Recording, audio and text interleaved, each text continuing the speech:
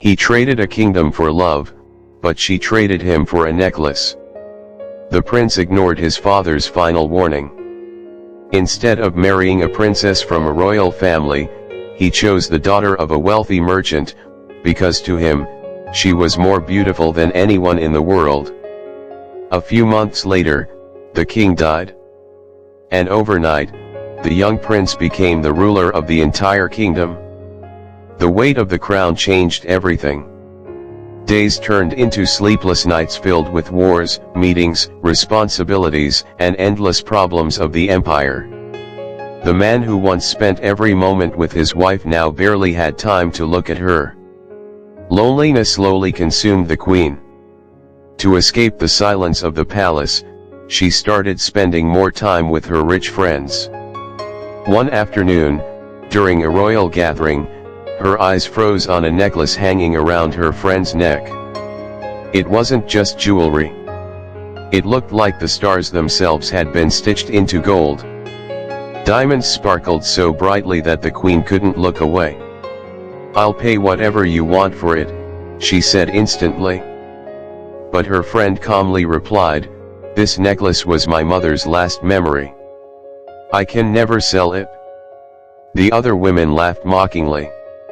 So this is the queen of the kingdom, owner of everything, yet unable to get one necklace. Their laughter pierced her pride like knives. That night, the queen couldn't sleep. She didn't want the necklace anymore, she needed it.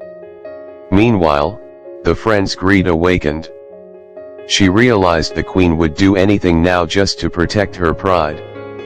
The next morning, she secretly entered the palace and whispered, "You once promised me any price.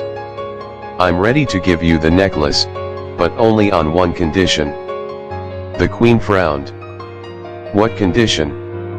The woman smiled coldly. "For a few nights, you must let me take your place as the king's wife." Silence filled the room. Her conscience screamed at her to refuse. But her ego was louder. And in one foolish moment, the queen agreed.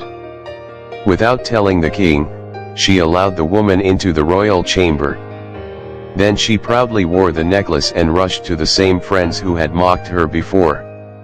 "Look carefully," she said with a victorious smile. "The necklace is mine now." But she didn't realize, she hadn't bought a necklace. She had sold her entire world. That night, the king entered his chamber, and stopped dead in his tracks. An unknown woman was sitting on his bed. His voice turned cold. "Who are you, and what are you doing here?" The woman lowered her eyes and replied softly, "My king, I did not come here by choice. Your queen traded you for a necklace."